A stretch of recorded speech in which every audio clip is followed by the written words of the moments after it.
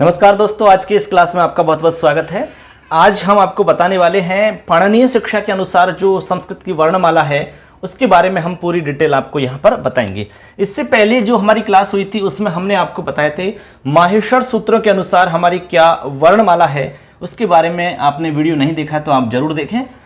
आज हम आपको बता रहे हैं पाणिनीय शिक्षा के अनुसार। आप टॉपिक डाल सकते हैं पाणिनीय शिक्षा के अनुसार संस्कृत वर्णमाला।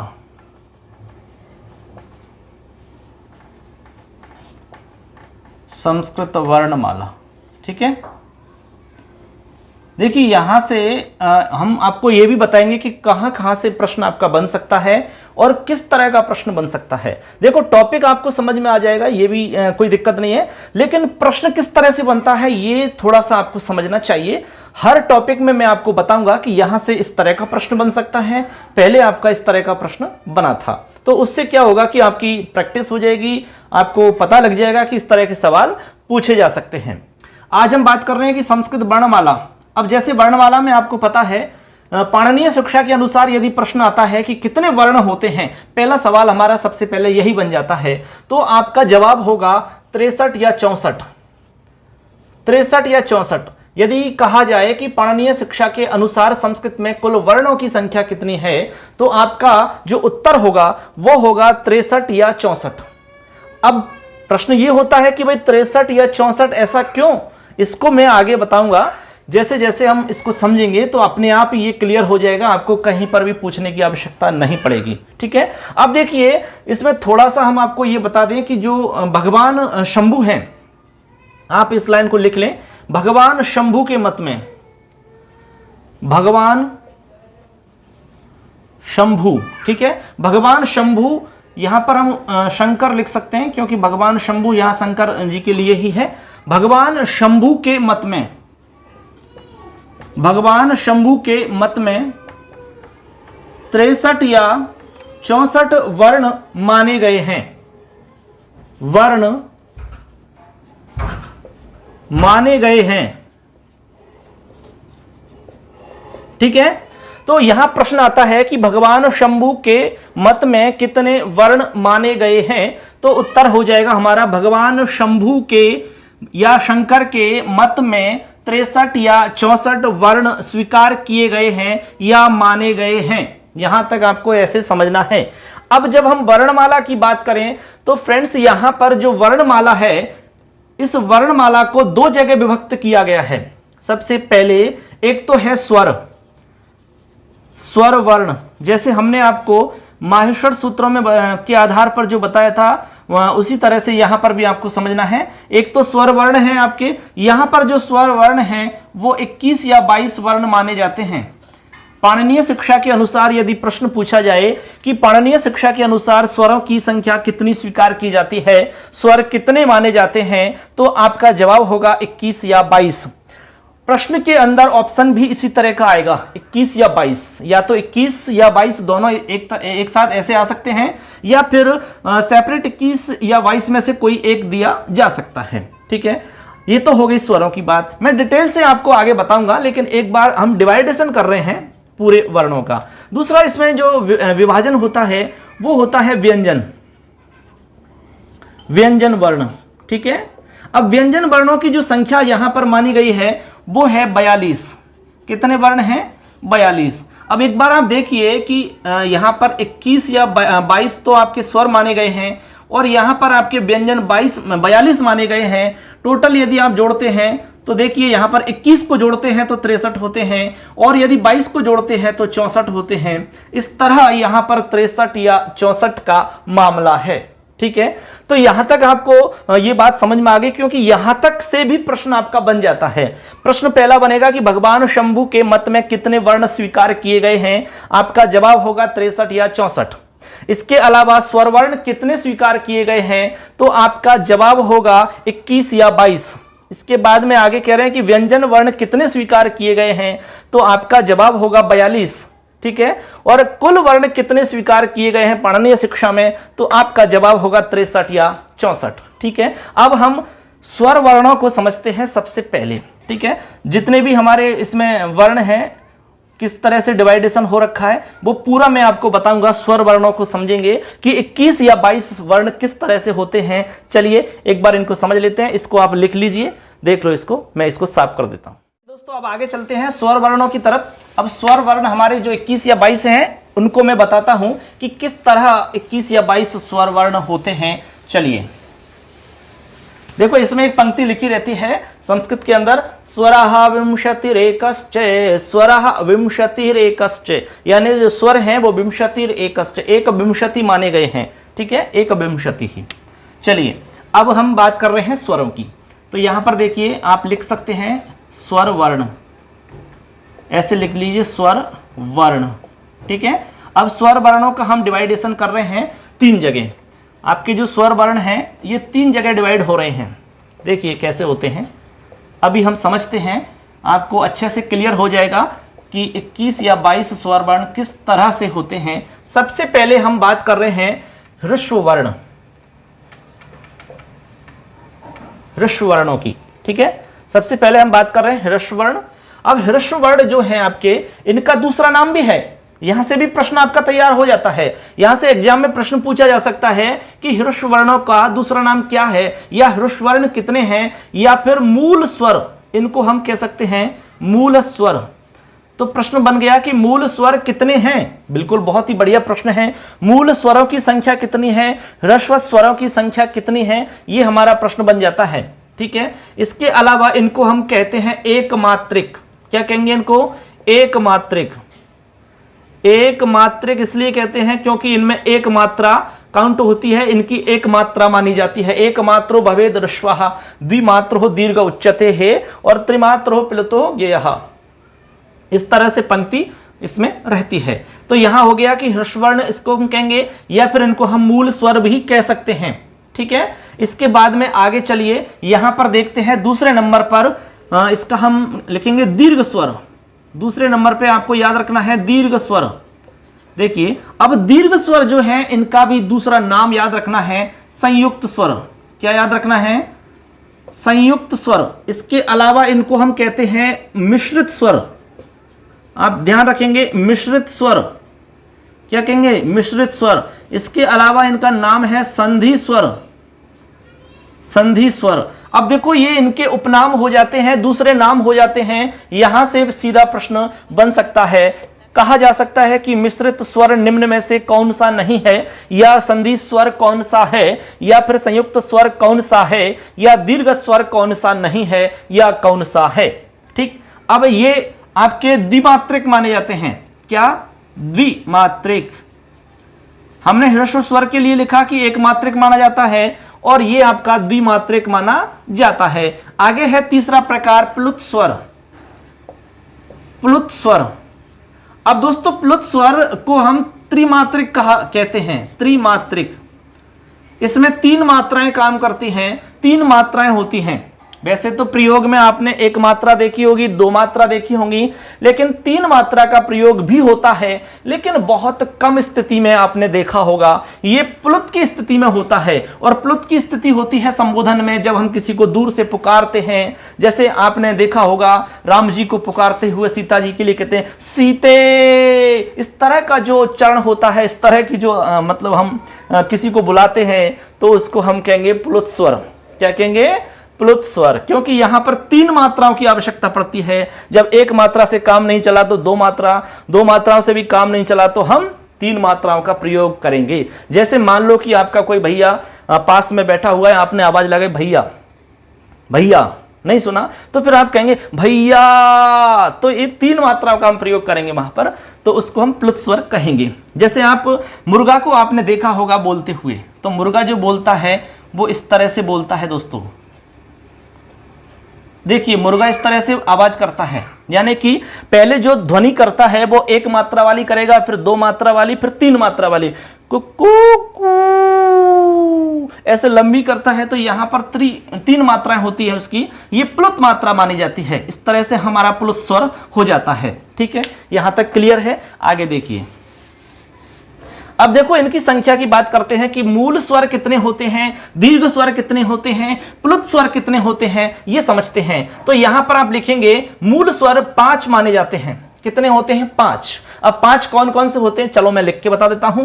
देखिए मूल स्वर में ए, ई, उ, री और री, ये हमारे जो 5 स्वर हैं इनको हम कहते हैं मूल स्वर। क्या कहते हैं दोस्तों? मूल स्वर कहते हैं इनको। अच्छे से ध्यान रखना है। प्रश्न आ गया कि मूल स्वर कौन सा नहीं है, तो देखिए इनके अलावा कोई भी मूल स्वर नहीं है, यही मूल स्वर माने जाते हैं। प्रश्न आ गया कि मूल स्वर कितने हैं? 5 हैं। मूल स्वर कौन सा है? ये है। मूल स्वर कौन सा नहीं है? तो इनके अलावा नहीं है। ऐसे आपको ध्यान रखना होगा। अब आगे चलो, आप दीर्घ स्वर्ग के अंदर हम जाते हैं। दीर्घ स्वर, अब दीर्घ स्वर के अंदर हम लिखेंगे संख्या 8। कितने? 8। दीर्घ स्वर में आपको 8 लिखने हैं, यानी कि दीर्घ स्वर आपके 8 होते हैं, संयुक्त स्वर 8 होते हैं, संधि स्वर आपके 8 होते हैं। अब कौन कौन से हैं, चलो मैं लिख के बता देता हूं। देखिए आ, यानी कि ये संधि होकर के ए प्लस ए बराबर आ बन जाता है, तो संधि स्वर हो गया। ऐसे आप ई को जोड़ोगे तो ई बन जाएगा। इसी तरह आप ऊ, ठीक है। इसके बाद में री को भी आप जोड़ देंगे, लेकिन री का दीर्घ नहीं होता है, री का दीर्घ नहीं होता है, तो 4 हो जाते हैं। उसके बाद में हमारा ए, आई, ओ और औ, ठीक है। ये भी आपका संधि स्वर है, ये भी संधि स्वर है, ये भी संधि स्वर है। ये ए जो है आपका गुण संधि में होता है, आई आपका वृद्धि संधि से बनता है, ओ आपका गुण संधि में बनता है, औ आपका वृद्धि संधि में बनता है। तो इस तरह से आप देखेंगे यहां पर, तो ये टोटल आपके 8 वर्ण हो जाते हैं। इनको हम कहेंगे दीर्घ स्वर। क्या कहेंगे? दीर्घ स्वर। एक एक को अच्छे से दिमाग में फिट कर लीजिए आप, बिल्कुल भी दिक्कत नहीं आएगी आपको। तो यहां आपने देखे एक मात्रा वाले आपके 5 स्वर, जिनको हम मूल स्वर या ह्रस्व स्वर कहते हैं। इसके अलावा यहां पर दीर्घ स्वर या फिर संयुक्त स्वर या मिश्रित स्वर या संधि स्वर, इनकी संख्या 8 मानी जाती है। अब है आपके प्लुत स्वर। क्या है? प्लुत स्वर। अब देखिए प्लुत स्वर होते कौन से हैं? सबसे पहले तो ये आप सोचिए, अभी हमने आपको बताया तो सही भाई प्लुत कौन कौन से होते हैं। तो आप यहां पर एक लाइन लिख सकते हैं कि सामान्यतः सभी स्वर प्लुत होते हैं। यहां पर आप लिख सकते हैं सामान्यतः सभी स्वर प्लुत होते हैं। देखिए सामान्यतः सभी स्वर प्लुत होते हैं। अब सामान्यतः सभी स्वर, तो सभी स्वर कितने होते हैं? टोटल आपने देखा होगा माहेश्वर सूत्रों में 9 स्वर होते हैं। कितने? 9। तो यहां पर हम लिखेंगे 9। कितने? 9। यहां पर टोटल आपकी संख्या हो जाएगी 9। अब कैसे होते हैं 9, मैं आपको लिख करके भी बता देता हूं। यहां पर देखिए, अब यहां पर कुछ लोग 8 भी मानते हैं। 8। अब देखो यहां पर आपने देखा कि यहां पर 9 या 8 मानते हैं, तो ये कैसे होते हैं आप देख सकते हैं। यहां पर देखिए ए है मान लो, तो ए का प्लुत हो जाएगा। इस तरह से 3 का जो आप चिन्ह देख रहे हैं, इस तरह को हम प्लुत कहेंगे, ठीक है। जैसे मान लो आपने ई लिखा तो ई का प्लुत हो जाएगा अ ई। जैसे ई लिखा ई, तो ई प्लुत हो गया ये, ठीक है। ऊ लिखा तो ऊ के आगे ऐसे बना दो आप, तो अ ई उ री री ए ओ आई औ, ठीक है। अब यहां पर कुछ लोग ली को भी मान लेते हैं, बात समझना। कुछ लोग ली को प्लुत मान लेते हैं। ली को प्लुत मानने से 9 हो जाते हैं, और जब ली को प्लुत नहीं मानते हैं तो संख्या 8 हो जाती है। केवल यही फंडा है यहां पर 8 और 9 का। बात समझ गए आप? यहां पर आप देखिए 9 वर्ण होते हैं कि नहीं, अ ई उ री री ए ओ आई औ, ये हमारे 9 हो जाते हैं। मैं यहां लिख के बता देता हूं आपको, वहां थोड़ी सी स्पेस हमारे पास नहीं है। देखो अ ई उ री री ए ओ आई औ। देखो 1 2 3 4 5 6 7 8 9, ये टोटल 9 जो स्वर हैं हमारे। अब इनमें कुछ लोग, इनमें सब में आप प्लुत लगा दो, यानी कि प्लुत का चिन्ह लगा दो। ऐसे 3 का सा चिन्ह है, ये सब में प्लुत का चिन्ह लगा दो आप, प्लुत वर्ण बन जाएंगे आपके। लेकिन यहां पर देखिए जो ली है, इस ली को कुछ लोग प्लुत नहीं मानते हैं। कुछ लोग तो प्लुत मानते हैं, और जबकि कुछ लोग नहीं मानते हैं। तो मानने पर तो हो जाती है संख्या 9, और नहीं मानने पर संख्या हो जाती है 8। इसीलिए 1 का अंतर आ रहा है। अब इन सबको जोड़ लीजिए एक बार, आपको पता चल जाएगा। यहां पर बताइए मूल स्वर कितने हैं? 5। दीर्घ स्वर बताइए कितने हैं? 8। इधर प्लुत स्वर बताइए कितने हैं? 8 या 9? जोड़ो सबको, 8 और 8 16, ठीक है, 16 और 5 कितने हुए 21, ठीक है। अब देखो यहां पर जो हमने 8 जोड़े हैं ये वाले, ये प्लुत जोड़े हैं, और जब हम 9 जोड़ते हैं, यानी कि जब प्लुत मान लिया जाएगा लरी को, तो 9 हो जाएगा यहां पर। तो यहां पर एक बार 9 जोड़ के देखिए, तो 9 जोड़ते ही 22 हो जाएंगे, इसलिए यहां पर 21 और 22 लिखा था हमने। क्लियर है? तो यहां तक आपको समझ में आ गया होगा कि किस तरह से इनका डिवाइडेशन हुआ है। हमारे जो स्वर वर्ण है 21 या 22, जो कि हम पाणिनीय शिक्षा के अनुसार मानते हैं, पाणिनीय शिक्षा में 21 या 22 स्वर होते हैं। इनका डिवाइडेशन मैंने आपको बताया कि किस तरह होते हैं। ये मूल स्वर कौन कौन से हैं, दीर्घ स्वर कौन कौन से हैं, प्लुत स्वर कौन कौन से हैं। इसमें कोई भी आपका डाउट है, किसी भी तरह का प्रश्न है, तो आप फटाफट कमेंट में जाइए, अपना सवाल टाइप करिए, आपका समाधान हो जाएगा। आगे चलते हैं, चलिए। तो दोस्तों इस तरह से हमने यहां पर जाना कि पाणिनीय शिक्षा के अनुसार स्वर वर्ण कितने होते हैं। तो हमने आपको बता दिया अभी स्पष्ट 21 या 22 किस तरह होते हैं। हमने आपसे कहा कि ह्रस्व स्वर जो होते हैं वो आपके 5 होते हैं। इसके बाद में हमने कहा कि जो दीर्घ स्वर आपके होते हैं वो आपके 8 होते हैं। इसके बाद में आपके जो प्लुत स्वर होते हैं वो 8 या 9 होते हैं। जो लोग लरी को भी प्लुत मान लेते हैं, लरी को प्लुत मानने पर, ठीक है, मानने पर तो 9 हो जाएंगे, नहीं मानने पर 8 हो जाएंगे, ऐसे समझो आप। इन सबको जोड़ते हैं तो 21 हो जाते हैं, और 9 जोड़ेंगे तो 22 हो जाते हैं। ये आपको अच्छे से दिमाग में समझ में आ जाना चाहिए, बात फिट हो जानी चाहिए, क्योंकि यहां से सवाल जरूर आएगा। चाहे आप रीट की तैयारी करो, सेकंड ग्रेड की तैयारी करो, फर्स्ट ग्रेड की करो, कोई भी तैयारी करो, ये टॉपिक ऐसा है कि सब जगह चलेगा आपके, ठीक है। अब एकदम सरल तरीका बता रहा हूं मैं आपको। चलिए, यदि आप पूरा कोर्स पढ़ना चाहते हो तो हमारा मोबाइल एप्लीकेशन है मिशन संस्कृत ज्ञान। इस एप्लीकेशन को आप फटाफट प्ले स्टोर से जाएं। दोस्तों ये संपूर्ण कोर्स यदि आप पढ़ना चाहते हो, बहुत ही सस्ता है और बहुत अच्छे तरीका से आपको बताया जाएगा। सिर्फ 1151 रुपए में आपको संपूर्ण कोर्स दिया जा रहा है। 1151 बहुत बड़ी कीमत नहीं है, एक बहुत छोटी कीमत, जिससे कि सब लोग इसको खरीद सके, सब लोगों तक ये ज्ञान पहुंच सके और सबकी तैयारी घर बैठे हो सके। यही हमारा उद्देश्य है, संस्कृत को सरल रूप में समझ सकें, संस्कृत बिल्कुल आपके लिए कठिन नहीं रहे, इसलिए हमने ये कोर्स लॉन्च किया है। आप जाइए प्ले स्टोर पर हमारा मोबाइल एप्लीकेशन है, देखिए स्क्रीन पर आपको दिख रहा होगा, मिशन संस्कृत ज्ञान, और फटाफट डाउनलोड करो और कोर्स को ज्वाइन करिए। इसके बाद में टेस्ट सीरीज भी हमने स्टार्ट की है, टेस्ट सीरीज भी आप जरूर दीजिए, क्योंकि टेस्ट जब तक नहीं दोगे, प्रैक्टिस नहीं करोगे, तब तक मूल्यांकन खुद का नहीं हो सकता है, तैयारी अच्छी नहीं हो सकती है। चलिए आगे चलते हैं। तो अब हम स्वर वर्णों के बाद में व्यंजन वर्णों की तरफ चलते हैं। अब हम इसमें संपूर्ण व्यंजन वर्णों को समझते हैं। चलिए आगे होंगे। चलिए दोस्तों, अब हम समझते हैं व्यंजन वर्ण। इससे पहले हमने आपको स्वर वर्णों की पूरी कहानी बताई, अब हम व्यंजन वर्णों के बारे में पूरी डिटेल से आपको बताएंगे, कोई भी दिक्कत आपको नहीं आएगी। चलिए स्टार्ट करते हैं। सबसे पहले तो आपको यह बताते हैं कि भाई व्यंजन होते क्या हैं। व्यंजन होते हैं जो स्वरों की सहायता से प्रयोग में लिए जाते हैं, ये स्वतंत्र नहीं होते हैं। पहली बात तो ये परतंत्र माने जाते हैं, जबकि स्वर वर्ण हमारे स्वतंत्र माने जाते हैं।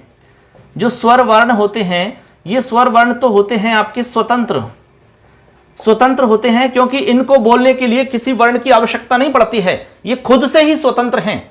इसलिए इनको हम कहेंगे स्वयं राजन्ते इति स्वराः, ऐसे आप समझ सकते हैं। स्वयं राजन्ते इति स्वराः, जो स्वयं विराजित होते हैं, स्वयं राजित होते हैं, उनका नाम है स्वर, और ये होते हैं व्यंजन वर्ण। व्यंजन वर्ण का मतलब होता है स्वरम अनुयोज्यम इति व्यंजनम। आप यहां लिख सकते हैं स्वरम अनुयोज्यम इति व्यंजनम, ठीक है, स्वरम अनुयोज्यम इति व्यंजनम, ठीक है। यानी कहने का मतलब हो गया कि स्वरों की सहायता से ही व्यंजन वर्ण बोले जाते हैं। और यदि ओरिजिनल में हम देखें, ओरिजिनल में जितने भी आपके व्यंजन वर्ण हैं वो सब के सब हलंत होते हैं। इस बात को समझ लीजिए आप, जितने भी आपके व्यंजन वर्ण हैं वो ओरिजिनल स्थिति में आपके हलंत हैं, सबके सब। इनको जब प्रयोग में लेते हैं, बोलने में लेते हैं, भाषा के अंदर प्रयोग करते हैं, तो हम इनको स्वरों की सहायता से बोलते हैं। किसकी सहायता से? स्वरों की सहायता से बोला जाता है इनको। तो ये बेचारे स्वर जो है ये किसी की सहायता से नहीं बोले जाते, क्योंकि ये स्वतंत्र हैं, जबकि ये परतंत्र माने जाते हैं। व्यंजन वर्ण जो हैं ये परतंत्र वर्ण माने जाते हैं। ये भी प्रश्न पूछा जा सकता है कि परतंत्र वर्ण कौन से होते हैं, तो व्यंजन वर्ण परतंत्र में माने जाते हैं, स्वर आपके स्वतंत्र वर्ण माने जाते हैं। ठीक है, तो यहां पर आप एक लाइन नोट कर सकते हैं। चलिए आप लिखेंगे सभी स्वरों की सहायता से, यहां लिखेंगे सब, देखो स्वरों की सहायता से उच्चारित होने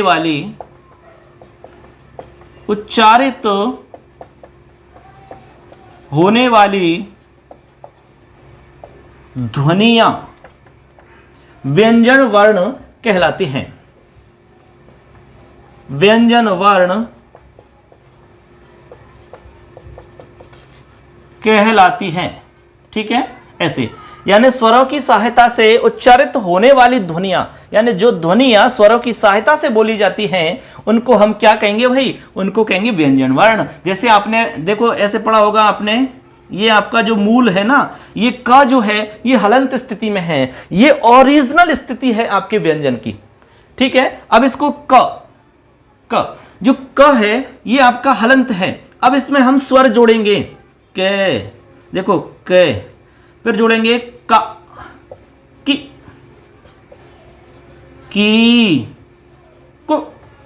को, ये सब हम स्वर जोड़ रहे हैं, इससे 12 खड़ी बनती है आपकी। तो ये सब स्वरों का ही तो कमाल है, स्वरों को जोड़कर ही तो हम बोल रहे हैं और यही भाषा में चलता है आगे। चलिए ये अलग हो गया थोड़ा सा मैटर, लेकिन बस थोड़ा सा ये था कि आवश्यकता थी इसकी बताना, इसलिए मैंने यहां पर आपको ध्यान रखना है कि जो मुख्य आपके व्यंजन वर्ण हैं, देखिए यहां पर लिख लीजिए, मुख्य व्यंजन वर्णों की संख्या 33 है। मुख्य व्यंजन वर्णों की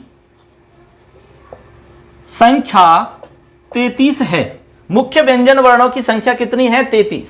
ये आपको ध्यान में रखना है, 33 मुख्य व्यंजन वर्ण हैं। अब इन मुख्य व्यंजन वर्णों के अलावा भी व्यंजन वर्ण और भी हैं, उनको हम जानेंगे यहां पर। तो अब देखो व्यंजन वर्ण जो हैं आपके, इन व्यंजन वर्णों को 3 जगह बांटा गया है। कितनी जगह? 3 जगह डिवाइडेशन इनका किया गया है। अब मैं उसको थोड़ा सा यहां डायग्राम बना के बता रहा हूं। चलिए मैं इसको मिटा रहा हूं और यहां पे मैं डायग्राम बना के बताऊंगा कि हमारे जो 33 वर्ण हैं जो मुख्य हैं, इनको किस तरह से 3 जगह विभक्त किया जाता है। चलिए इसको मैं साफ कर रहा हूं एक बार, और यहां से मैं आपको अच्छे से एकदम क्लियर करके बताऊंगा कि ये किस तरह से 33 होते हैं। मैं यहां 33 लिख देता हूं, इनका 3 जगह डिवाइडेशन कर रहा हूं मैं। देखिए आप किस तरह से आपको समझना है, इनको बहुत ही अच्छे ढंग से मैं आपको बताऊंगा। 3 जगह डिवाइडेशन है। पहला है स्पर्श वर्ण, स्पर्श वर्ण, ठीक है। दूसरा है अंतःस्थ वर्ण, अंतःस्थ वर्ण, और तीसरा है ऊष्म वर्ण। समझ गए बात को? ऊष्म वर्ण। अब देखिए सबसे पहले हम समझते हैं स्पर्श वर्ण। स्पर्श वर्ण यदि संख्या के हिसाब से देखें तो कुल 25 होते हैं। अंतस्थ वर्णों को देखें तो ये 4 होते हैं। ऊष्म वर्णों को देखें तो ये भी 4 होते हैं। अब इन सबको जोड़ोगे तो आपके टोटल 33 हो जाएंगे, ठीक है। ये तो हो गई आपकी संख्या। लेकिन अभी स्पर्श वर्णों को हम जानेंगे। स्पर्श वर्ण कौन से होते हैं? स्पर्श वर्णों से संबंधित कई प्रश्न बनते हैं एग्जाम में। कैसे? चलिए सबसे पहला तो ये कि स्पर्श वर्णों को अन्य किस नाम से जाना जाता है? स्पर्श वर्णों को हम उदित वर्ण भी कहते हैं। पहले तो ये देखिए कि स्पर्श वर्ण जो आप 25 बता रहे हैं ये 5 वर्गों के हैं। 5 वर्ग होते हैं हमारे वर्णमाला में। देखिए वो इस क्रम में रहते हैं, कु, चू, टू, तू और पू। ये हमारे जो 5 वर्ग हैं वो इस क्रम में रहते हैं, कु, चू, टू, तू और पू। इन सभी में हमने ऊ जोड़ रखा है। इस ऊ की इत संज्ञा हो जाती है। क्या हो जाती है? इत संज्ञा। इत संज्ञा का मतलब हो गया कि भाई इत संज्ञा होकर के इसका लोप हो जाएगा। जैसे ऊ है, इस ऊ की इत संज्ञा हो गई तो ये हो गया उदित। इत हो गया ना उदित, तो इसको हम कहेंगे उदित। जहां जिसकी इत संज्ञा होती है उसमें इत जोड़ दो आप। जैसे कै की इत संज्ञा हुई तो इत जोड़ दो, उसको हम कहेंगे कित। मैं की इत संज्ञा हुई तो उसमें इत जोड़ दो, उसका नाम हो जाएगा मित, ठीक है। ण की इत संज्ञा हुई, इत जोड़ दो, उसका नाम हो जाएगा णित, यानी उसका नाम होगा णित। कै की संज्ञा हुई है उसका नाम होगा कित, पै की संज्ञा हुई है उसका नाम होगा पित, और जहां पर उ की इत संज्ञा हुई है उसका नाम होगा उइत, तो उसको हम कहेंगे उदित। ठीक है, उदित। समझ गए बात को? ऐसे अब यहां पर आप समझ गए होंगे कि इन सब में उ की इत संज्ञा होती है, इसलिए इनका नाम हो जाता है उदित वर्ण। उदित वर्ण याद रखना है, प्रश्न सीधा पूछा जा सकता है। उदित वर्णाः कति भवन्ति, उदित वर्ण कितने होते हैं, उदित वर्ण कौन से होते हैं, स्पर्श वर्णों को ही उदित वर्ण कहा जाता है। अब देखो यहां देखिए, आपको ध्यान में रखना है क वर्ग, यहां पर आपको च वर्ग, ठीक है, यहां पर आपका ट वर्ग, यहां पर आपका त वर्ग, यहां पर आपका प वर्ग, इस तरह से आपको ध्यान में रखना होगा इनको। अब प्रत्येक वर्ग में 5 वर्ण होते हैं, आपको ये तो पता ही होगा, जैसे कि के, खे, गे, घे और ङे। ठीक है, इसी तरह से आपका चे, छे, जे, झे, ये, टे, ठे, डे, ढे और णे, ते, थे, दे, धे, ने, पे, फे, बे, भे और में। ठीक है, ये हमारे टोटल कितने हो जाते हैं भाई? ये एक में आपके 5 हैं, और ये लास्ट वाला जो है पंचम वर्ण है। क्या है ये? पंचम वर्ण। इनको हम अनुनासिक वर्ण कहते हैं। क्या कहते हैं इनको? अनुनासिक वर्ण कहते हैं। ये पंचम वर्ण है हमारे, प्रत्येक लाइन में 5वां अक्षर पंचम वर्ण कहलाएगा, इसका नाम है अनुनासिक वर्ण। यदि आपसे पूछे कि स्पर्श वर्णों में अनुनासिक वर्ण कितने हैं, तो उनकी संख्या 5 होगी। कितनी होगी? 5, क्योंकि एक लाइन में एक ही मिलेगा, तो ऐसे करके टोटल 5 हो जाते हैं। तो इन सब का नाम है स्पर्श वर्ण। क्या नाम है दोस्तों? स्पर्श वर्ण। दूसरा क्या नाम है? उदित वर्ण। इसके अलावा एक नाम और है, वर्गीय व्यंजन। ध्यान रख लेना, वर्गीय व्यंजन। ठीक है, इसके अलावा एक नाम और है, वर्ग पंचक। इनको हम वर्ग पंचक के नाम से भी जानते हैं। किस नाम से? वर्ग पंचक के नाम से भी इनको जाना जाता है। बहुत गर्मी है। देखिए अब इनके नाम कितने हो गए, देखो, स्पर्श वर्ण, उदित वर्ण, वर्गीय व्यंजन और वर्ग पंचक। अब एक संस्कृत में एक लाइन और आती है, उसमें से भी प्रश्न पूछा गया है, इसलिए उसको भी हम बता रहे हैं। देखिए इसके लिए पंक्ति आती है, कादयो मावसाना, मावसाना स्पर्शाः। समझ गए? कादयो मावसाना स्पर्शः।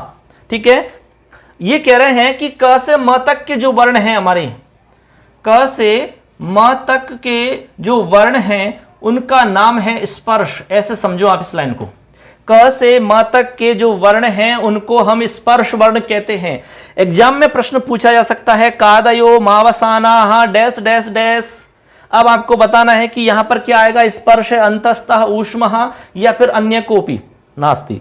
ऐसा यदि आपका प्रश्न आता है तो ये पंक्ति याद होगी, तभी आप सही कर सकते हो, अन्यथा सही नहीं होगा। तो इस तरह से दोस्तों यहां आपने समझा कि स्पर्श वर्ण कौन कौन से हैं, स्पर्श वर्णों का दूसरा नाम क्या है और इनको किस नाम से जानते हैं। अब आगे चलते हैं, मैं इसको मिटा देता हूं जिससे कि हमारे पास थोड़ा सा स्पेस रहेगा। देखिए यहां पर मैं इसको साफ कर देता हूं। देखिए अब इसको आप समझ तो गई है, आप इसको लिख सकते हैं, काफी में नोट कर सकते हैं। देखिए यहाँ शॉर्ट में लिख देता हूं मैं। हाँ, जैसे 5 वर्ग होते हैं तो 5 × 5 करेंगे तो 25 हो जाते हैं ये। ठीक है, अब यहां चलते हैं अंतस्थ वर्णों की तरफ। अंतस्थ वर्ण आपके 4 होते हैं। अब 4 कौन कौन से होते हैं ये ध्यान रखना है, तो याद रखना ये, वे, रे और ले, ये हमारे 4 वर्ण हैं, इनको कहते हैं अंतस्थ वर्ण। अंतस्थ वर्ण वो होते हैं जब इनको बोला जाता है तो हमारी जो प्राण वायु है वो अंदर ही रह जाती है, बाहर नहीं निकलती है, अंदर ही रह जाती है। ठीक है, ऐसे आप समझिए इनको, अंतस्थ वर्ण यानी अंदर ही स्थित हो जाती है, अंतस्थ अंदर ही स्थित हो जाती है, बाहर नहीं आती है। तो ये, वे, रे, ले, ये हमारे 4 क्या कहलाते हैं, अंतस्थ वर्ण। अंतस्थ वर्णों का भी एक दूसरा नाम है, इनको कहते हैं अर्धस्वर। अर्धस्वर क्या कहते हैं इनको? अर्धस्वर कहा जाता है इनको। ये आपको ध्यान रखना है कि इनका दूसरा नाम क्या है। क्या नाम है? अर्धस्वर। क्लियर है? अर्धस्वर इसलिए कहते हैं इनको दोस्तों क्योंकि ये आधे स्वर हैं। तो यहाँ पर मैं आपको क्लियर करता हूं कि किस तरह इनको अर्धस्वर कहेंगे हम। देखिए आपको पता है कि इक्वयणची सूत्र के अंदर ई के स्थान पर ये आदेश होता है कि नहीं। अब जब ई के स्थान पर आदेश हो रहा है ये, तो आप बताइए ये के अंदर ई का धर्म होगा, यानी इस ये के अंदर ई का भी धर्म है, इसका भी गुण है इसमें, क्योंकि ई के स्थान पर यह किया गया है। इसी तरह व जो है ऊ के स्थान पर वह हुआ है, इसी तरह री के स्थान पर रे हुआ है, री के स्थान पर ले हुआ है, तो ये स्वरों के स्थान पर ही तो हुए हैं, इसलिए इनको हम कहेंगे आधे स्वर। अर्धस्वर इनका नाम है। क्या नाम है? अर्धस्वर। क्लियर है? तो आपको ये ध्यान रखना होगा, अर्धस्वर। तो ऐसे करके यहां पर 4 हो जाते हैं, ये वे रे ले। अब यहां से एक प्रश्न आया था कि इनका क्रम क्या है। अंतस्थ वर्णों का क्रम यही है, इसको आप फिक्स याद रख लेना। ये के बाद में वे रे और ले, इसी तरह से क्रम रहेगा। हिंदी का क्रम आपको ध्यान नहीं रखना, क्योंकि हिंदी में अलग क्रम है, आपको पता होगा। हिंदी का क्रम याद रखोगे तो यहाँ गड़बड़ हो जाएगी और आपका सवाल गलत हो जाएगा। ठीक है, तो यहाँ आपका ये क्लियर हो जाता है। अब हम चलते हैं ऊष्म वर्णों की तरफ। ऊष्म वर्ण भी आपकी संख्या में 4 होते हैं। अब कौन से होते हैं 4? चलिए, हमारे 4 होते हैं श और स और है। ठीक है, इनको हम कहते हैं ऊष्म वर्ण। क्या कहते हैं इनको? ऊष्म वर्ण। इसमें तीनों प्रकार के श आ जाते हैं। ये जो आप स देख रहे हैं इसका नाम है आपका तालव्य शकार, ये आप देख रहे हैं इसका नाम मूर्धन्य शकार, ये आप देख रहे हैं इसका नाम दंत्य शकार, और है तो आपका है ये कंठ्य, अकुह विसर्जनीय नाम कंठ है।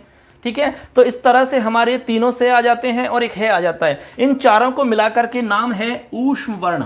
क्या नाम है? ऊष्म वर्ण। इनको क्या कहते हैं? ऊष्म वर्ण। इसलिए कहते हैं क्योंकि इनको जब बोला जाता है तो हमारी जो वायु है, प्राण वायु जो है, वो बाहर की तरफ आती है तीव्र गति से, और कुछ हल्की सी ऊष्मा निकलती है, कुछ गर्म वायु निकलती है हल्की सी। आप बोल के देख सकते हैं। इस तरह हमारे ऊष्म वर्ण 4 हो जाते हैं। तो अब यहाँ तक आपको समझ में आ गया है कि स्पर्श वर्ण 25 किस तरह होते हैं, अंतस्थ वर्णों से किस तरह सवाल पूछा जा सकता है, ऊष्म वर्णों से किस तरह सवाल पूछा जा सकता है। ऊष्म वर्णों का सवाल पूछा जा सकता है कि ऊष्म वर्ण कौन सा नहीं है। ठीक है, ऊष्म वर्ण कौन सा नहीं है, इस तरह से सवाल आपका बन जाता है। या ऊष्म वर्ण कितने होते हैं, ये सवाल आपका बन जाता है। अर्धस्वर कितने हैं, वो आपका सवाल बन जाता है। किसी भी रूप में आपका सवाल बन जाता है। यदि कोई सवाल बन जाता है कि यादि वर्णाः कति, यदि इस तरह का सवाल आता है तो बताइए क्या आंसर होगा आपका, बताओ। यादि वर्णाः कति, बताओ कौन बताएगा। मान लो इस तरह का सवाल आया और आपके सामने ऑप्शन दे रहा हूं मैं, आपको बताना है फटाफट कौन बता सकता है। बताइए कौन बता सकता है। इसका आंसर कौन बताएगा। यादि वर्णाः कति, यादि वर्ण कौन कितने होते हैं, यादि वर्णाः कति कितने होते हैं। ये बहुत ही अच्छा प्रश्न है, बताइए फटाफट, सोचो। चलो कोई बात नहीं है, मैं बता देता हूं अब। ठीक है, अब यहां तक मैं साफ कर देता हूं और इसको मैं बता रहा हूं आदि यादि वर्ण कितने होते हैं। देखिए एक लाइन आप नोट कर लीजिए, यण प्लस शल। देखो यदि इनका हम प्रत्याहार बनाएं इस ऊष्म वर्णों का, तो ऊष्म वर्णों का प्रत्याहार बनेगा शल। क्या प्रत्याहार बनेगा? शल। ठीक है, और यवर अले का प्रत्याहार बनाए आपके अंतस्थ वर्णों का, तो यहां बनेगा यण प्रत्याहार। क्या बनेगा? यण प्रत्याहार। क्या प्रत्याहार बनेगा? यण। क्लियर है? ऐसे तो यहां पर देखिए हमारा जो शल और यण, जब आप यण प्लस शल, बात समझना, यानी कि यन का मतलब अंतस्थ वर्ण, शल का मतलब ऊष्म वर्ण, ये दोनों मिक्स हो जाएं तो इनका संयुक्त नाम है एक, जिनको हम कहते हैं यादि वर्ण। यादि वर्ण ऐसे समझो आप। यण यानी कि अंतस्थ वर्ण, अंतस्थ वर्ण और ऊष्म वर्णों को मिलाकर के एक नाम दिया गया है। बात समझ गए? ऐसे, और वो नाम है यादि वर्ण। अब आप बताइए यादि वर्ण कितने होते हैं, तो आपको पता होगा कि 4 इसके टोटल मिला के 8, तो ये वाला आंसर आपका सही है 8, ये आपका आंसर होगा। यदि ये आपको क्लियर नहीं होता तो कैसे भी आप तुक्का नहीं लगा सकते इसमें, ऐसे आपको समझना होता है। चलिए आगे चलते हैं, यहां तक आपको सब कुछ समझ में आ जाना चाहिए, एकदम स्पष्ट, कोई दिक्कत आपको नहीं होनी चाहिए। चलिए आगे देखते हैं। अब देखो हमारे जो मुख्य व्यंजन हैं उनको हम समझ चुके हैं। अब हम आगे जो अन्य व्यंजन है इसमें उनको हम समझते हैं। मुख्य व्यंजनों के अलावा कौन कौन से व्यंजन और इसमें स्वीकार्य किए गए हैं उनको एक बार समझना बहुत जरूरी है। तो इस तरह से दोस्तों हमने समझे कि 33 मुख्य व्यंजन जो हैं वो किस तरह से होते हैं, 3 जगह डिवाइड करके आपको हमने बताया। अब इन 33 व्यंजन वर्णों के अलावा और भी व्यंजन वर्ण हैं, उनको समझिए। चलिए देखिए, यहां पर लिख सकते हैं आप 33 व्यंजन वर्णों के अतिरिक्त पाणिनीय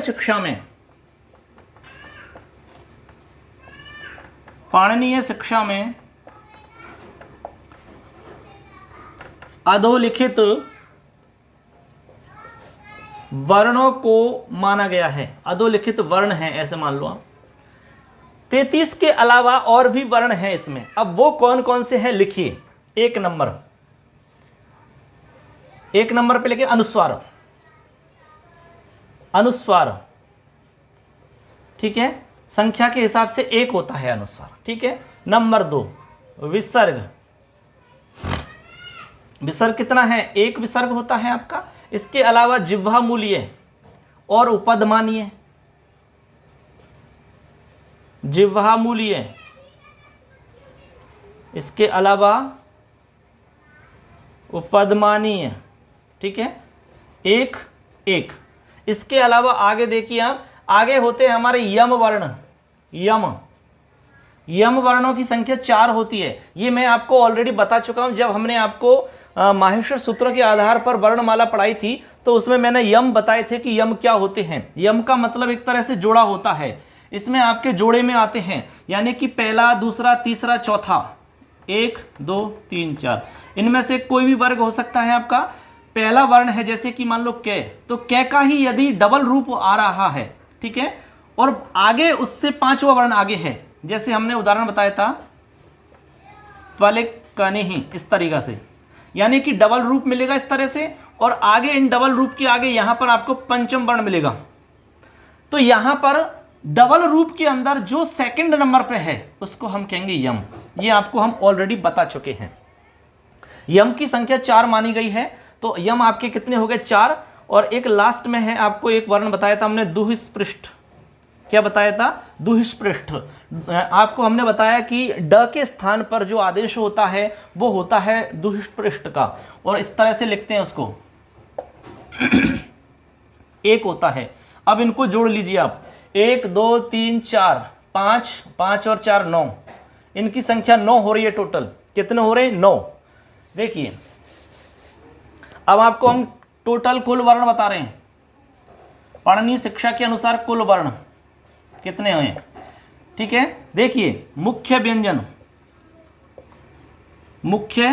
व्यंजन वर्ण कितने बताए थे आपको? 33। और अतिरिक्त जो हैं वो कितने हैं? 9। टोटल जोड़िए,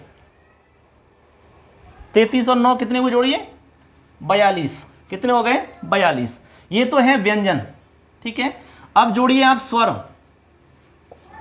स्वर जोड़िए यहां पर 21 या 22। ठीक है, अब जोड़ो आप 2 और 1 3, 63, और ये हो गए। और यदि आप 21 की जगह 22 जोड़ोगे तो 64 हो जाएंगे। ऐसे करके आपके 63 या 64 वर्ण होते हैं दोस्तों। आशा करते हैं आपको ये बात क्लियर हो गई होगी। 63 या 64 वर्ण किस तरह होते हैं हमने पूरी डिटेल आपको बताई है। अब इसमें कोई भी आपका डाउट नहीं रहेगा किसी भी तरह का। ये आप अच्छे से समझ लेना, बहुत ही मोस्ट इंपॉर्टेंट तथ्य हैं ये। यहां से सवाल निश्चित रूप से आपका बनेगा, कोई संदेह नहीं है। चाहे कोई भी एग्जाम दे लो आप, गारंटी से यहां से सवाल आपका आएगा। अब चलिए दोस्तों, चलिए यहां पर मैं आपको 1-2 तथ्य बता रहा हूं जो एग्जाम की दृष्टि से बहुत ही महत्वपूर्ण है। आपने देखा होगा कि हमारे व्यंजन, जितने भी व्यंजन हैं उनमें 3 व्यंजन ऐसे हैं, 3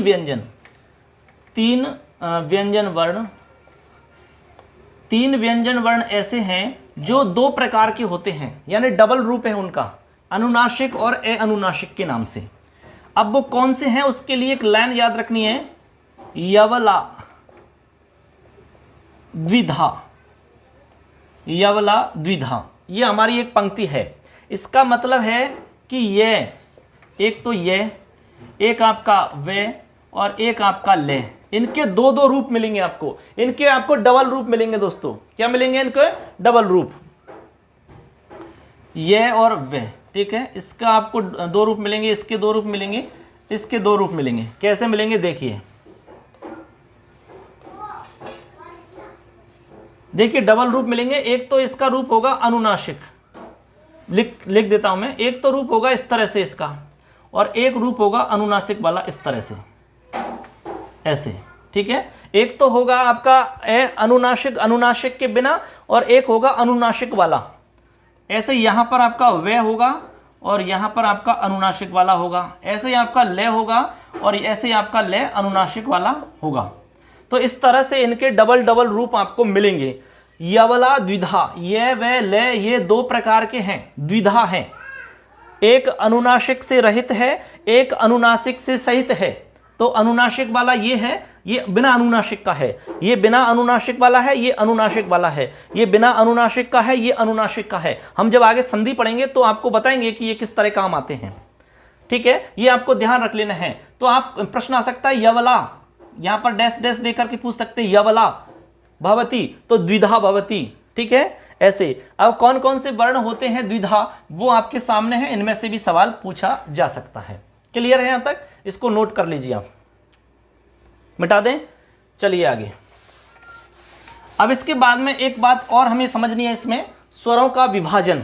अब हम देखो पूरे वर्ण आपको पढ़ा चुके हैं, अब हम आपको स्वरों का विभाजन बता रहे हैं। स्वरों का विभाजन, स्वरों का विभाजन ये आपको क्लियर होना चाहिए। यहां से निश्चित रूप से आपका प्रश्न बनता है, सवाल बनता है कि अकारस्य कति भेदा, अकारस्य कति भेदाः, इस तरह का हमारा प्रश्न बन जाता है। आकार के कितने भेद हैं, ठीक है, बताइए। 12, 18, 30 या 6, आकार के कितने भेद हैं बताइए। ऐसा हमारा प्रश्न बन सकता है। इसी तरह ई का पूछ सकते हैं, ऊ का पूछ सकते हैं, री का पूछ सकते हैं, री का पूछ सकते हैं। कितने भी हमारे सवाल हो सकते हैं। यहाँ पर जितने हमारे स्वर हैं उनमें से कोई भी आपका सवाल बन सकता है, कहीं से भी कैसा भी रूप पूछा जा सकता है। तो अब इसमें हम एक एक स्वर का बताएंगे कि कितना उसका रूप होता है, कितने उसके विभाजन होते हैं, कितने उसके भाग। तो इस तरह से दोस्तों यहाँ पर किसी भी तरह का प्रश्न बन सकता है स्वरों को लेकर के। तो अब चलिए इसमें मैं आपको पूरे स्वरों का विभाजन बताता हूं कि हमारे जो स्वर हैं उनको किस तरह से विभक्त किया गया है। चलिए देखते हैं किस तरह से हमारे स्वरों का विभाजन हो रखा है। तो देखिए हमारे जो स्वर हैं उनका मुख्य रूप से 3 जगह विभाजन किया हुआ है।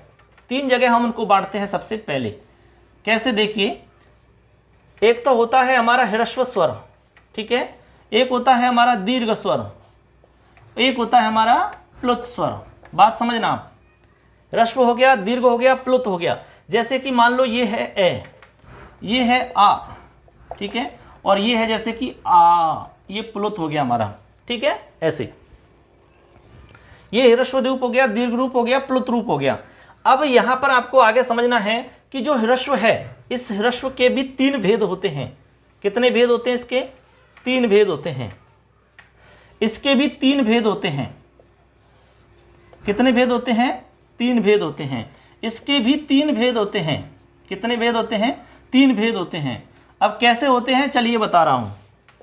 ह्रस्व के भी 3 भेद होते हैं, दीर्घ के भी 3 भेद होते हैं, प्लुत के भी 3 भेद होते हैं। देखिए यहां पर याद रखना है आपको, उदात्त, अनुदात्त और स्वरित। उदात्त, अनुदात्त और स्वरित, ऐसे यहां याद रखना है। उदात्त, अनुदात्त और स्वरित, ऐसे यहां याद रखना है। उदात्त, अनुदात्त और स्वरित। क्लियर है? उदात्त होगा, आपने संस्कृत पढ़ी होगी तो इसका सूत्र पढ़ा होगा आपने, उच्चैरुदात्तः, निच्चैरनुदात्तः, समाहार स्वरितः, ठीक है। जिनका उच्चारण उच्च ही होता है उदात्त, और नीचे जो होता है उनका अनुदात्त है, और जो बीच में होते हैं मध्यस्थ दोनों के, उनको स्वरित कहते हैं। ये वैसे तो हमारी जो वैदिक प्रक्रिया है उसके अंतर्गत काम में लिए जाते हैं, लेकिन हमें थोड़ा सा समझना है इनको, क्योंकि यहाँ से प्रश्न बनते हैं, इसलिए स्वरों के विभाजन में आपको ये चीज़ समझनी है। अब यहाँ पर जो उदात्त है, ये उदात्त भी 2 तरह का है, अनुदात्त भी 2 तरह का है, स्वरित भी 2 तरह का है। चलिए यहाँ पर इसके 2 भेद हैं। एक तो है अनुनासिक और एक है अनानुनासिक। यानी एक तो अनुनासिक वाला रूप है और एक बिना अनुनासिक वाला रूप है। ऐसे इसके दो दो उदाहरण मिलेंगे आपको, यानी दो दो भेद मिलेंगे। ऐसे इसके दो भेद मिलेंगे। मैं यहां पर थोड़ा सा शॉर्ट में लिख रहा हूं, देखिए शॉर्ट में ऐसे लिख रहा हूं। एक तो हो गया अनुनासिक, ठीक है, और एक हो गया अनानुनासिक, ठीक है। ऐसे ऐसे आपके यहां इसके दो भेद हो जाएंगे। एक तो हो जाएगा अनुनासिक और एक हो जाएगा अनानुनासिक, ठीक है। ऐसे आपके इसके दो भेद मिलेंगे, अनुनासिक और अनानुनासिक, ठीक है। ऐसे ऐसे आपके इसके दो भेद मिलेंगे, अनुनासिक और अनानुनासिक, ठीक है। ऐसे आपके इसके दो भेद मिलेंगे, अनुनासिक और अनानुनासिक।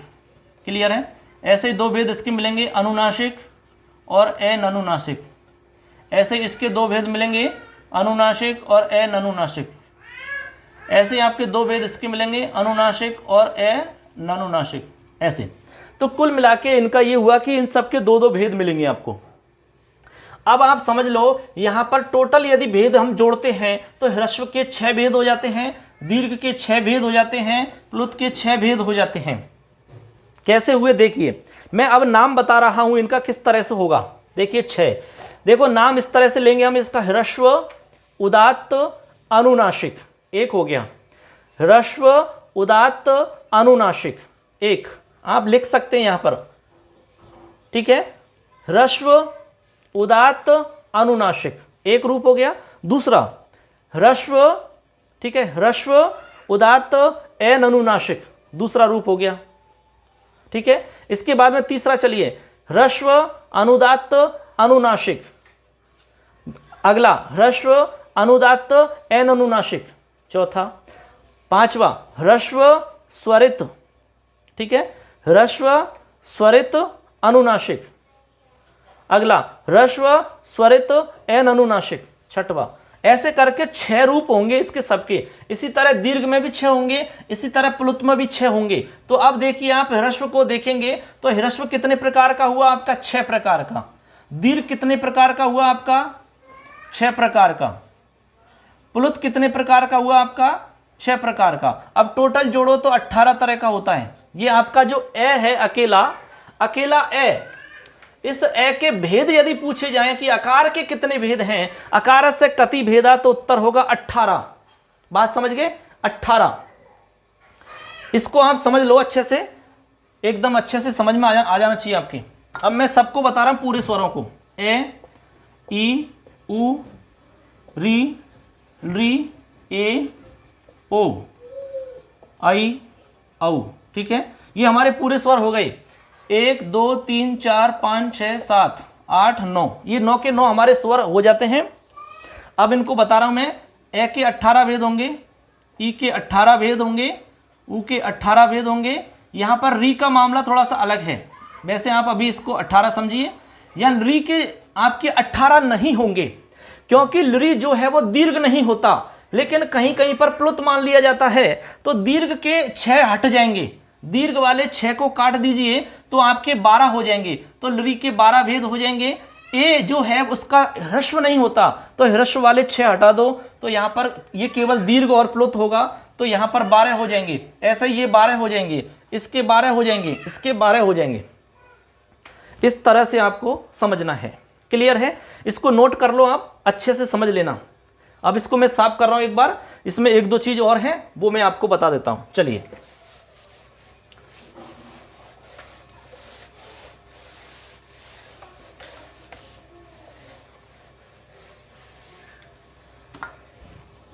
अब देखिए दोस्तों, यहां पर आपको ध्यान रखना है, यदि सवाल पूछा जाता है ऋकार के भेद, ठीक है, और लृकार के भेद, यानी री और री के यदि भेद पूछे जाते हैं, तो यहां पर आपको दोनों के जोड़ के बताने हैं। जैसे री के 18 होते हैं, इसके 12 होते हैं, टोटल 30 होते हैं। अब ऐसा इसलिए हम कह रहे हैं क्योंकि इन दोनों की सवर्ण संज्ञा हो जाती है। री लृ वर्णयो मिथस आवरणम वाच्यम, ये हमारी एक वार्तिक है, और ये वार्तिक कहती है कि री और लृ वर्ण की दोनों की सवर्ण संज्ञा हो जाती है। वैसे ओरिजिनल तरीका से इनकी सवर्ण संज्ञा नहीं हो रही, क्योंकि इनका उच्चारण स्थान वगैरह ये सारी चीज़ें सेम नहीं मिल रही हैं, प्रयत्न वगैरह। तो इसलिए इन्होंने क्या किया, अलग से एक वार्तिक बना दिया। इनको आवश्यकता पड़ी, आवश्यकता थी कि ये सवर्ण हो, तो अलग से वार्तिक बनाया कि री लरी वर्णयो मिथा सावर्णम वाच्यम, कि री और री वर्ण की आपस में परस्पर सवर्ण संज्ञा हो जाती है। सवर्ण संज्ञा होने के कारण इनमें दोनों का मतलब समावेश माना जाएगा, यानी कि दोनों के भेद माने जाएंगे। जैसे कोई पूछेगा कि री के भेद बताओ, तो री के भेद के साथ साथ में री के भी आएंगे, तो यहाँ पर आपको बताने होंगे 30। कोई पूछेगा री के बताओ, तो बताने होंगे 30। ऐसे आपको ध्यान में रखना है। यदि ऑप्शन में 30 नहीं है तो आपका राइट आंसर 18 ही होगा और लरी के लिए 12 ही होगा। तो एक बात तो ये क्लियर हो गई आपकी। इसके अलावा एक बात और है जो वेरी वेरी मोस्ट इंपॉर्टेंट है। यदि आपसे पूछा जाए कि अथ, ऐसे आपको तय लगा के पूछ लिया जाए कि अथ इत्यत्र आकार के भेद बताओ, यहां पर ए के भेद बताने आपको, यानी अथ के भेद बताओ, ऐसे सवाल पूछ सकते हैं, या फिर ए के भेद कितने होते हैं। अभी हमने कहा कि ए के भेद 18 होते हैं, लेकिन इस तरह से सवाल पूछा जाएगा तो ए के भेद यदि आप 18 बताओगे तो एकदम गलत आंसर है। किसी ने पूछा कि इत के भेद बताओ, यहां पर ई के भेद बताओ, इत में ई के भेद बताओ, तो आप 18 बताओगे तो एकदम गलत है। तो सही क्या होगा समझ लीजिए। जब इस तरह से तय लगा के पूछा जाए तो यहां पर तपर हो जाता है ये, यानी तय लगाने का मतलब ये हुआ, इससे ये फर्क पड़ेगा कि आपको इस समय आपको जो होगा वो 3 तरह का होगा, या तो ह्रस्व होगा, या दीर्घ होगा, या प्लुत होगा। ये आप समझ गए, पहले ही बता दिया मैंने आपको। या तो ह्रस्व होगा यहाँ, या यहाँ दीर्घ होगा, या यहाँ प्लुत होगा। और आपको पता है कि ह्रस्व 6 तरह का होता है, दीर्घ 6 तरह का होता है, और प्लुत 6 तरह का होता है। इन सबको मिला के 18 तरह का होता है ये। लेकिन तय लगाने से यहां पर इस समय जो दिख रहा है आपको, केवल उसी के भेद गिने जाते हैं। ये फर्क है तय का। तो आप बताइए, यहां पर ह्रस्व ए है तो केवल ह्रस्व वाले ही भेद गिने जाएंगे, ये वाले भेद नहीं गिने जाएंगे। तो यहां पर जो होगा आंसर वो होगा 6। बात समझ गए। इस तरह से यदि आपसे पूछें कि इत के भेद बताओ, इत में ई के भेद बताओ, तो सेम कंडीशन है, 6 आंसर आएगा। लेकिन यदि आपसे पूछ लिया कि रित के बताओ, यहां पर ऐसे करके री के भेद पूछ लिए या रित पूछ लिया, तो यहां पर आपको 6 + 6, ये 6 तो री के और 6 री के, तब आपको आंसर होगा 12। आपको ये समझना है, ठीक है। तो इस तरह से हमारी पूरी कहानी हो जाती है वर्णों को लेकर के। पाणिनीय शिक्षा के अनुसार जो भी वर्ण थे हमारे, वो सब आपको हमने स्पष्ट कर दिए हैं। अब वर्णों को लेकर के कोई भी सवाल आपका गलत नहीं होना चाहिए, ठीक है दोस्तों। तो आज की क्लास हमारी संपन्न हो जाती है। अगली क्लास में हम आपको प्रत्याहार बताएंगे, प्रत्याहार क्या होते हैं, कितने होते हैं, ठीक है। उसमें बहुत सारे डाउट रहते हैं हमारे संख्या को लेकर के, प्रत्याहार कैसे बनाते हैं, सारी जानकारी आपको उस वीडियो में मिल जाएगी। तो चलिए, आज का वीडियो आपने अच्छे से सुना, सबके लिए धन्यवाद। अच्छे से आप देखो, चैनल को सब्सक्राइब करो और अपने दोस्तों को शेयर करिए। और हमारा जो मोबाइल एप्लीकेशन है मिशन संस्कृत ज्ञान, अभी जाइए प्ले स्टोर पर और जरूर उसको डाउनलोड करिए। उस पर 2nd ग्रेड का कोर्स है, अभी ज्वाइन करिए, अच्छे से तैयारी करिए। और एक सिलेक्शन आपको इस बार पक्का करना है, तो अच्छे से तैयारी आपको करनी है। चलिए दोस्तों, मिलेंगे नेक्स्ट क्लास में। धन्यवाद। सर्वेभ्यः नमः। धन्यवाद है।